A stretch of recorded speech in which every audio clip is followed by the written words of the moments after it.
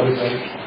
My name is Ray Fadeley, and I was introduced as a professor at Gonzaga. I actually was a professor. I was a dean, sort of half professor, half administrator, and the object of the war. It was an interesting career. I was invited here also because I served with the 1st Infantry Division in Vietnam. In 1967 and 1968, I was in line infantryman. The Tet Offensive, I noticed the bullet over there. It was my 21st birthday, and I was there.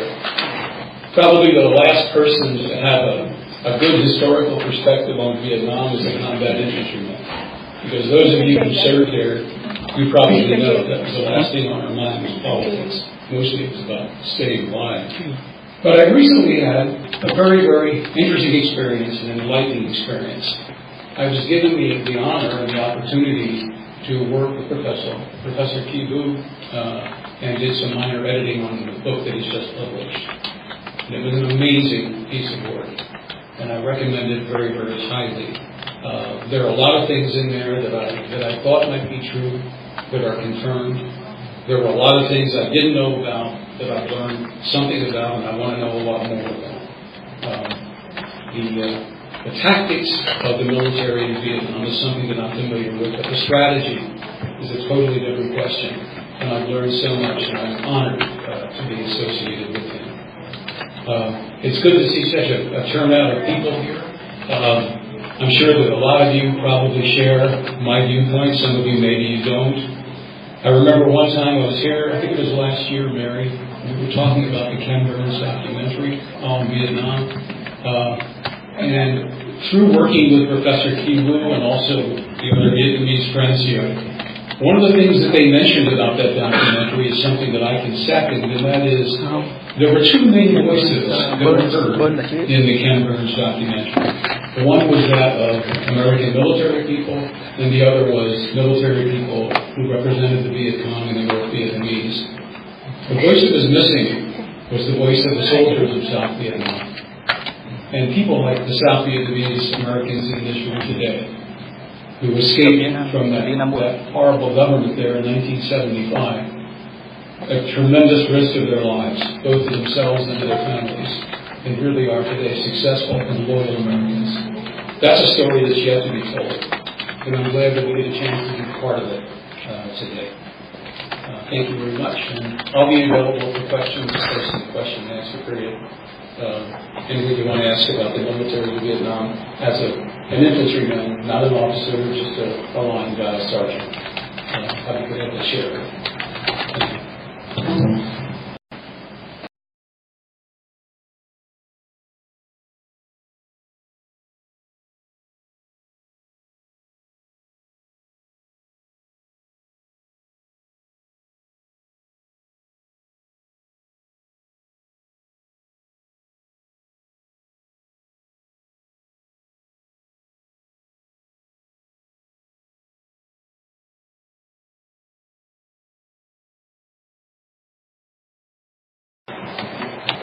Good afternoon. I guess I can do pretty well. I usually teach about a mic in this video, so hopefully it goes well.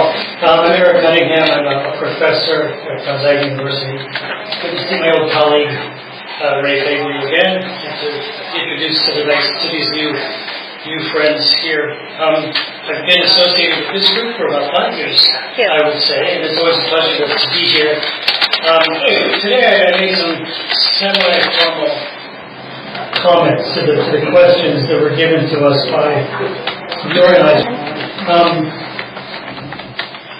The one that caught my attention, maybe because it was first on the list, but the most interesting question that were put to us was this question: can economy transform a communist government into a democracy? Which is a question on the minds of a lot of modern capitalists, maybe liberals or neoliberals or neoconservatives. Can economy, a strong economy, transform communism into democracy? Now, as a historian of modern Asia, I do Japan as my area of expertise. This is a topic that holds a great deal of interest for me, and it is, of course, extremely relevant to the topic of Vietnam's historical development. So I chose this question and decided to consider the matter from a historical perspective, which necessarily includes elements not only of economics, but also politics and society and culture. So the short answer to the question is no. At least in my opinion. There is no way to transform communism into democracy by any means other than to dismantle the communist government and to try, against seemingly impossible odds, to implement a democratic government deliberately and faithfully, and to preserve it with unrelenting diligence. So in other words, a certain degree of philosophical dedication and political will may possibly transform communism into democracy, but a good economy will not. Healthy economies are the result of democratic freedom, not the cause of democratic freedom. And in any communist state, economic freedom has already been destroyed by the operations of economic socialism. So at the beginning here, I would like to let us all remember, it's not my place to remind people here of anything, but let's all remember that communism and fascism are both advanced forms of socialism. Modern progressives have the tendency of deluding themselves into thinking that socialism can be tamed and democratized. But there's been no case in history where socialism has not led to the complete destruction of the society that practiced it.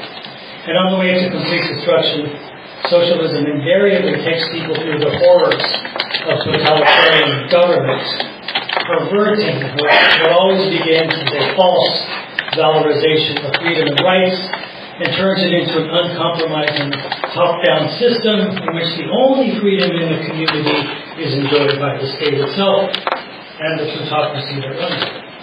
So I'd like to quote the great Russian dissident writer Alexander Solzhenitsyn, who, making reference to another book called The Socialist Phenomenon. This is the name of the book, written by another Russian named Igor Shafarinovich.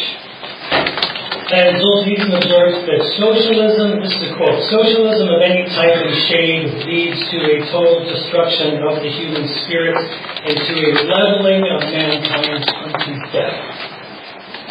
Now, Solzhenitsyn and Shafarinovich, like many of you here today, have had a great deal more personal experience dealing with the operations of socialism than any of the progressives born and raised in the liberal West, who dream that socialism will be the answer to the problem of human injustice.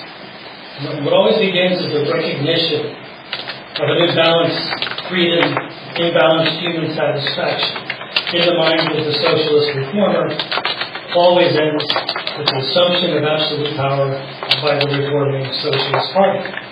Now, I read Shafarinovich's book myself about 20 years ago and was impressed not only by the fact that a Soviet scholar would write so critically of the Soviet Union. In fact, Shafarnovich remained an Orthodox Christian throughout his life. And he was actually protected on the faculty he taught at by the church and by senior faculty who kept him safe from the government. So there he was, an Orthodox Christian in the middle of the Soviet Union, teaching as a professor at the university. But I was even more impressed by the fact that a mathematician had such brilliant insights into the historical process. Shafarnovich observed in civilizations ranging from the Bronze Age all the way through modern Europe, he observed that socialism systematically suppresses the freedom and the agency of the individual and works to destroy private property, family, and religion. So in other words, the essence of individual rights, which John Locke tells us is property, the essence of community participation, which is our family, and the essence of transcendental value, our religion, were, from era to era, systematically destroyed by power-seeking groups or individuals who were motivated by an instinct for nihilism, masquerading as a pursuit of justice. And modern Marxism is only the most recent version of an unconscious death-seeking instinct that operates as a cancer in the spiritual life of the historical humanity. So 7 or 8 minutes is not really enough time to work through Jasper's arguments and his insights, but it is enough time for me to recommend this book, not to urge everybody to read it while they can, not just to sharpen our ability to debate against our political enemies, whomever they may be, but to get a grasp on the enormity of the historical problem that faces a free humanity if it falls prey once again to the delusion that socialism can be made life-giving or humanitarian. It is fundamentally anti-life, anti-freedom, anti-individual, and as a progressive mode of society progresses only in the direction of totalitarianism. When I was a young Navy officer in 1986, I remember I was the officer cadet aboard a cruiser, and we were participating in peacetime joint operational exercises off the coast of Vietnam. And I remember remarking to some of the men on the bridge with me that only 20 years ago, that was in 1966, 20 years ago this operation would have had a very different feeling. So this was well before Bill Clinton had normalized relations with the Socialist Republic of Vietnam. And memories of Vietnam were still something of a mystery and a rebuke to all of those who served in uniform. One of the sailors on watch with me said, we could have just ended that whole war.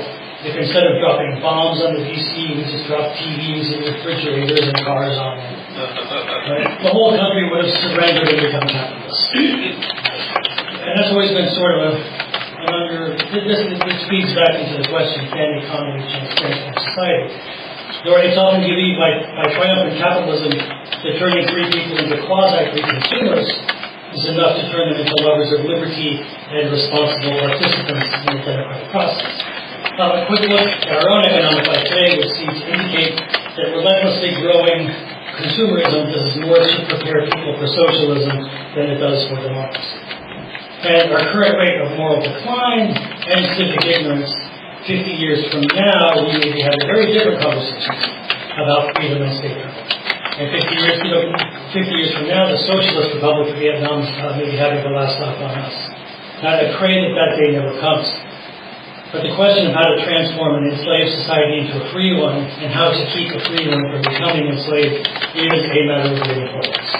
So again, I'm very, very pro-capitalist. Don't get me wrong here. But a strong consumer economy that hides behind the mask of socialism is not a recipe for historical satisfaction. The next great revolution in history, if it actually liberates humanity, will likely result in making all of us a good deal poorer. And it goes without saying that every socialist revolution makes everybody a good deal poorer, except the people in charge. But true freedom is infinitely better than any prosperity conditioned by the controls of a deceptively or openly authoritarian state. I think that's what we have to watch out for now. It's a matter of, today it's not really right versus left. This has often been said, but the control versus freedom. And that's the battle that we seem to be stuck in now. So on that note, I'll wrap this up here, having made many comments on the pernicious nature of socialism. I'll finish with a quote from one of my other favorite thinkers, John Adams, an American founding father and the second president of the United States. And he said this in a letter to his wife. He actually said this about democracy. It's very interesting that you have letters to his wife and talk about stuff like this, but they must have had a very interesting relationship. He writes this: I do not say that democracy has been more pernicious on the whole and in the long run than monarchy or aristocracy. Democracy has never been and can never be so durable as aristocracy or monarchy. But while it lasts, it is more bloody than either. Remember, democracy never lasts long. It soon wastes, exhausts, and murders itself. There never was a democracy yet that did not commit suicide. It is in vain to say that democracy is less vain, less proud, less selfish, less ambitious, or less avaricious than aristocracy or monarchy. It is not true, in fact, and nowhere appears in our history. Those passions are the same in all men, under all forms of simple government. When unchecked, produce the same effects of ambition, fraud, vice, and cruelty. When clear prospects are open before vanity, pride, avarice, or ambition for the easy gratification. It is hard for the most considerate philosophers and the most conscientious moralists to resist the temptation. individuals have conquered themselves, nations, and large bodies of men never. So, I guess, the final answer to this is can a healthy economy create democracy? And even John Adams, who was one of the great Democrats, with a small d, I guess, in the entire historical process, knew very well how hard it really is to keep democracy alive and well. So I guess what faces all of us now is the question of how not to make superficial transformations, but how to bring about deep structural changes in a world that seems to be relentlessly moving toward socialism every day. Anyway, that's all I have. Thank you very much for your attention.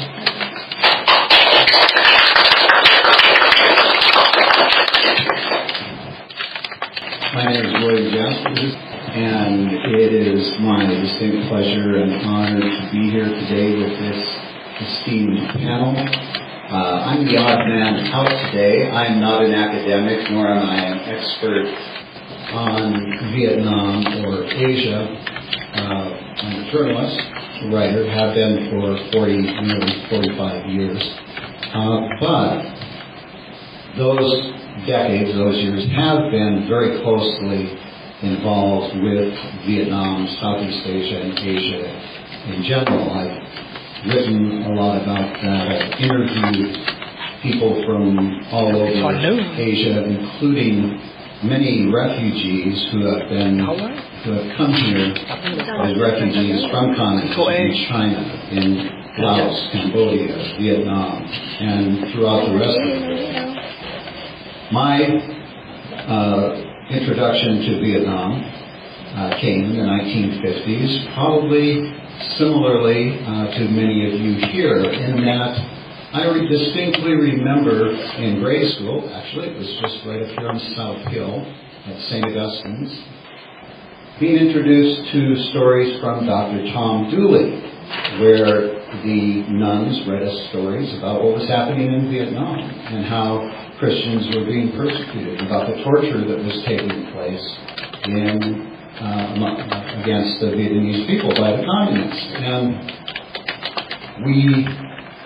that brought home very clearly to very young students that, hey, there's something going on in the world that's not altogether good.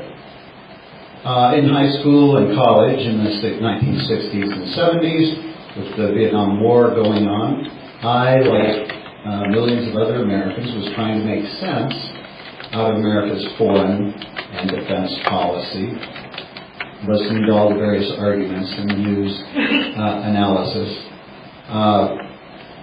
As I got into college, it became much more a adversarial picking sides issue. You're either for the war or against the war. You're for America or against America. And a lot of us are saying, well, isn't it possible to question this policy or that policy without embracing the Viet Cong, as Tom Hayden and Jane Fonda and Bill Ayers and Bernadine Dorn and others were calling for, the SDS, the Democratic Society, and various elements of the communist New Left, who viewed America as the enemy and who viewed communist Cuba, communist Vietnam, North Vietnam, communist China as not just the allies, but the destination where we should all be pushing America toward. And so when I graduated from the University of Idaho, I went down to Planet, California, and I was only going to be there a couple of years, turned into 3 decades, and much of that time in Los Angeles, Southern California, where I not only became friends with many Vietnamese who were both people who had questions, but many Cambodians, Laotians, Persians from Iran, from many other countries. And I wrote about their stories, I interviewed them. I had the honor of meeting many brave American servicemen who had served in Vietnam, Medal of Honor recipients, and others who had not received that recognition. I met and interviewed General Hal Moore, who the We Were Soldiers movie by Mel Gibson was made about, as well as his wife, who was a very heroic individual in that story as well as people like Colonel Lou Millette, who served in World War II, Korea, and Vietnam. And I saw with them and with all these refugees who had fled from tyranny, voices that were never represented in the media, of which I was a member. And when I would go to I was for 30 years an accredited journalist at the United Nations as well. And so I would go between Los Angeles and New York and Washington, D.C. to Congress. And it became very clear to me that the vast majority of my colleagues in the press pool at the United Nations and at most of the major events I was attending were on the other side. Now, I don't say that lightly, but for instance, several times I was in New York when Fidel Castro arrived at the United Nations. And Fidel Castro, every time he arrived at any UN event, was greeted with hosannas, and all the delegates, everybody gave him a standing ovation, unlike anybody else. And all the press corps did the same. To me, that was very telling. How can those people who claim to be delivering the news, fair and objective, be fair and objective when they're cheering somebody who is a communist dictator, who is funding terrorists around the world, and who meant evil and destruction to America?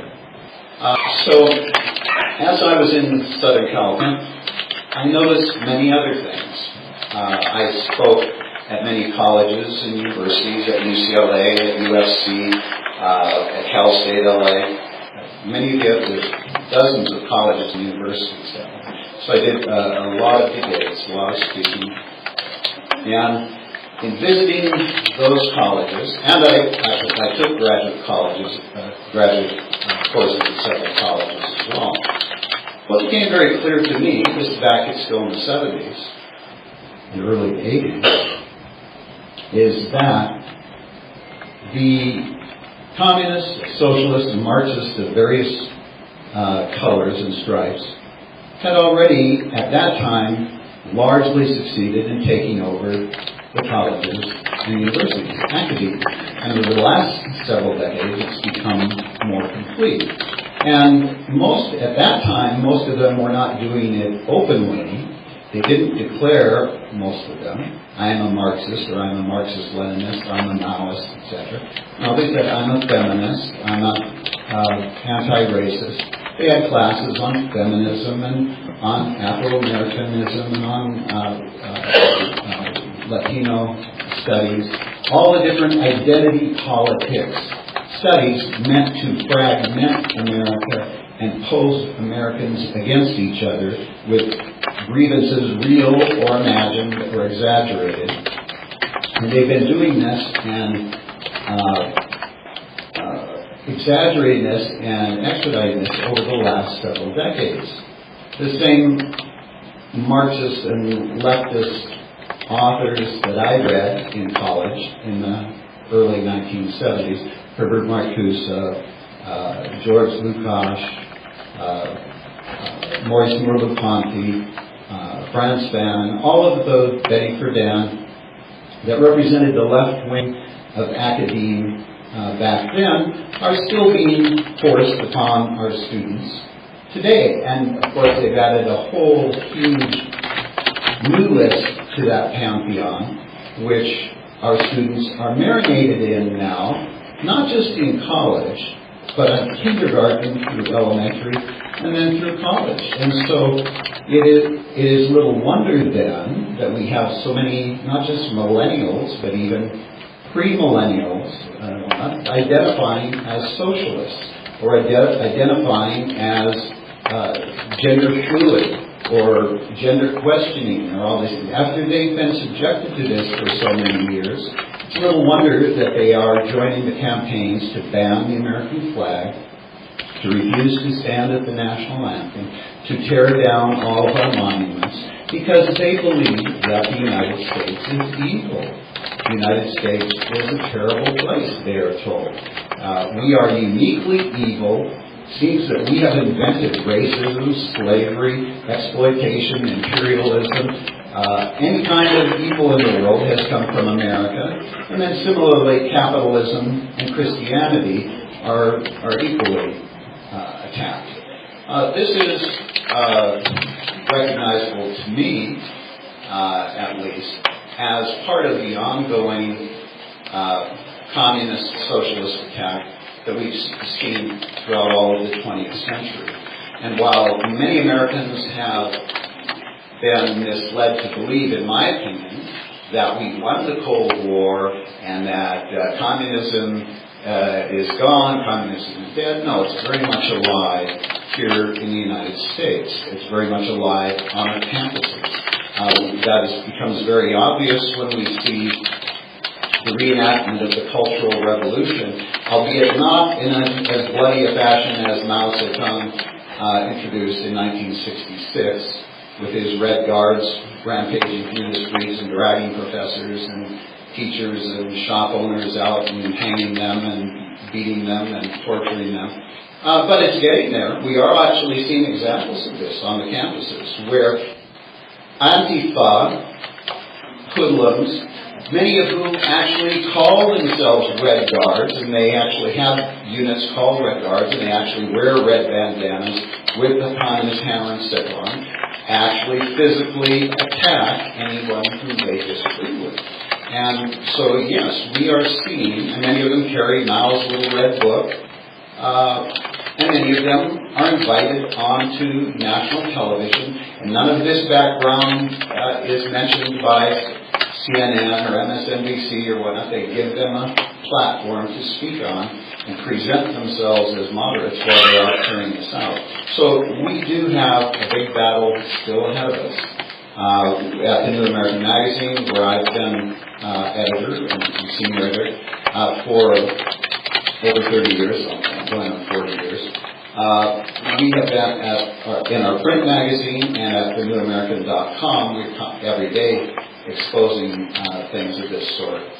So I'm so appreciative that you good people are out there still carrying forth the message. And I believe that as bleak as it looks at times with all of the socialist leftist progress that the progressives have made, really there still is an awakening among the American people. And when Donald Trump said fake news and millions of people responded and said absolutely, that you know that people realize that we're being propagandized. People are beginning to realize in ever larger numbers that we're being lied to, we're being misled. And that is a good thing. That awakening is absolutely essential. And it's our job, each of us, to help that awakening, to speed it forward while there is still time. Thank you very much.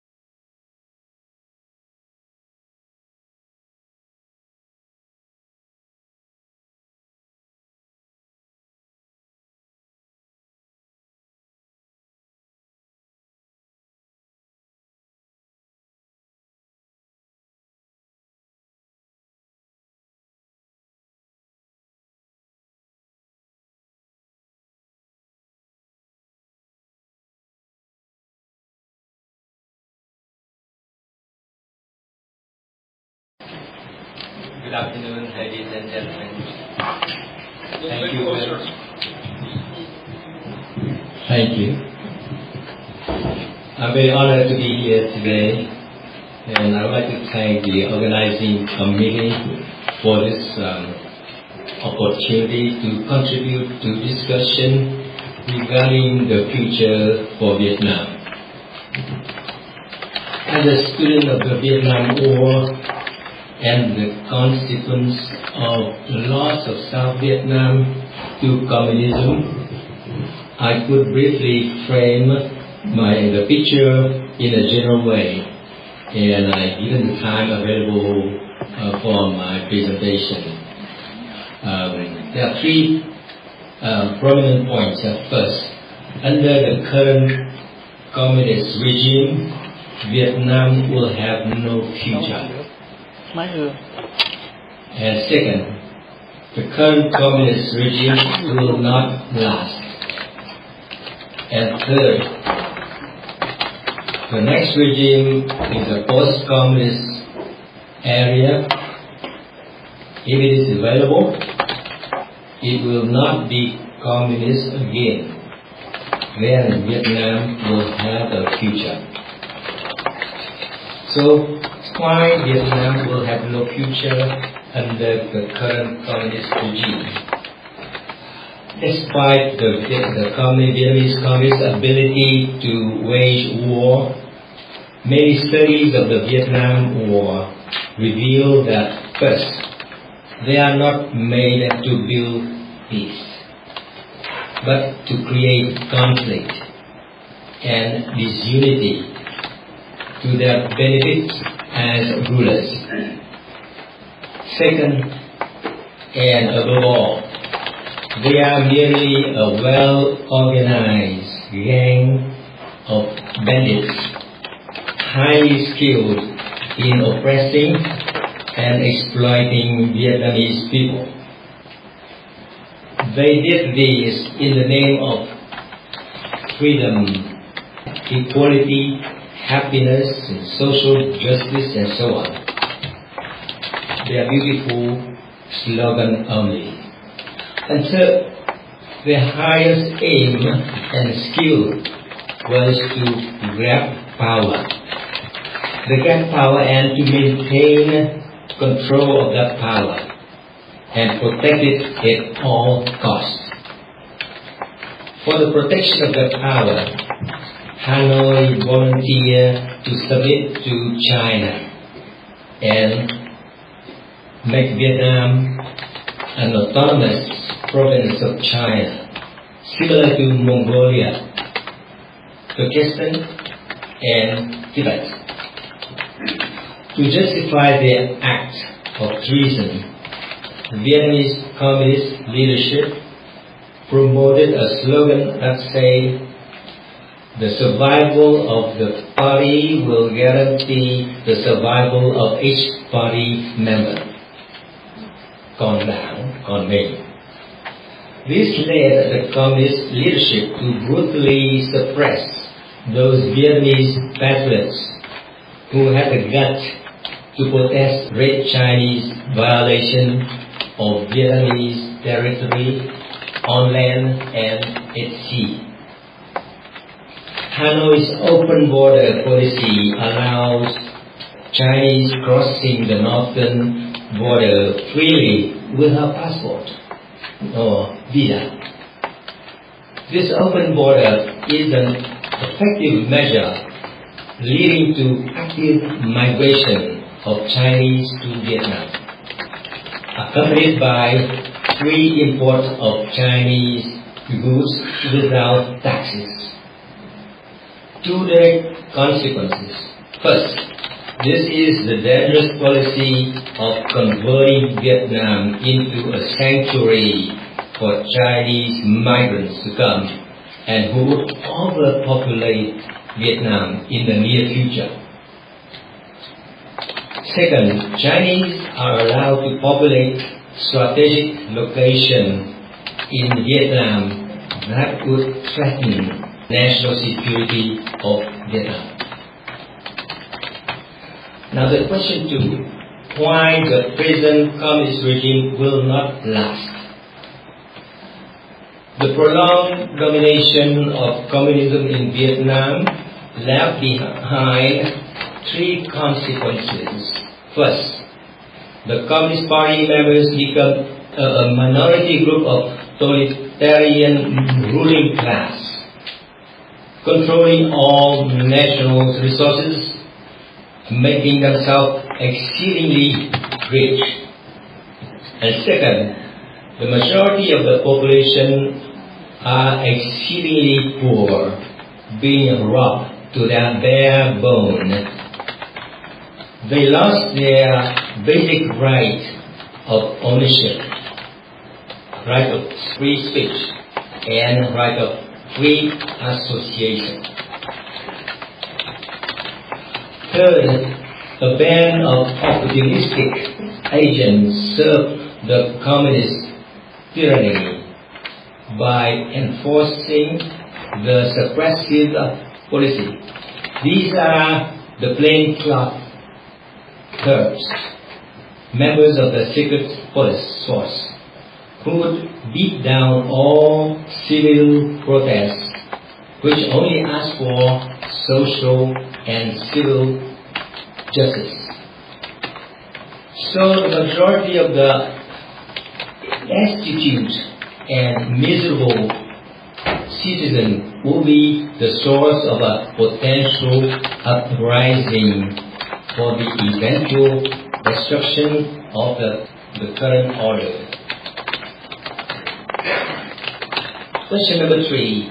Will the next post-communist regime have a chance to give a future to Vietnam?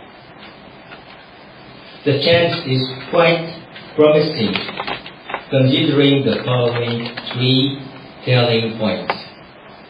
First, the Vietnamese people have learned the lesson of communist tyranny and disaster, and they will not want to go back to the nightmare of socialism.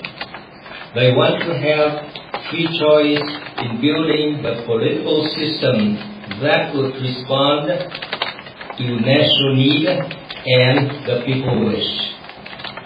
Second, the Vietnamese people will then enjoy support of millions of Vietnamese expatriates who could bring home rare resources, personal experience, technical know-how, especially their knowledge of political democracy, to develop Vietnam as a responsible member of the world community.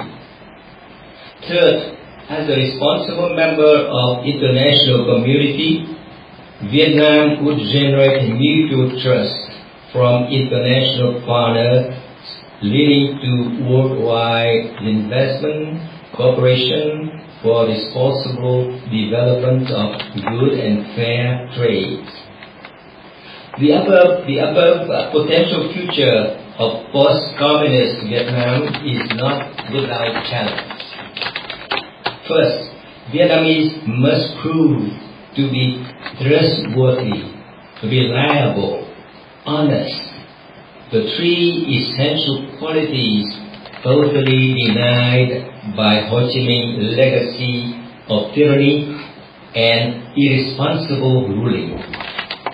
The remedy required conscious efforts by the whole government and responsible citizens to educate and train several new generations of young Vietnamese in modern time. Second, the Vietnamese must be able to overcome selfish individualism, jealousy, partisan disunity, regional and racial discriminatory spirit, the 4 vices encouraged by the communist rulers who want to divide and weaken the people for easy control and submission. Third, the Vietnamese people must take the challenge of political responsibility personal sacrifices, and a sense of honor in assuming the task of building a worthy society and a strong nation. Vietnamese must not forget the greatest challenge is coming from Red China to our north, and the coward Vietnamese communists who are nurturing the dream of becoming slave to Beijing for the sake of protecting their status quo. Our constant reminder is the need for coordinated efforts by all Vietnamese, overseas as well as at home, in the struggle for the fall of communism in Vietnam. Ladies and gentlemen, thank you for your attention. Thank you.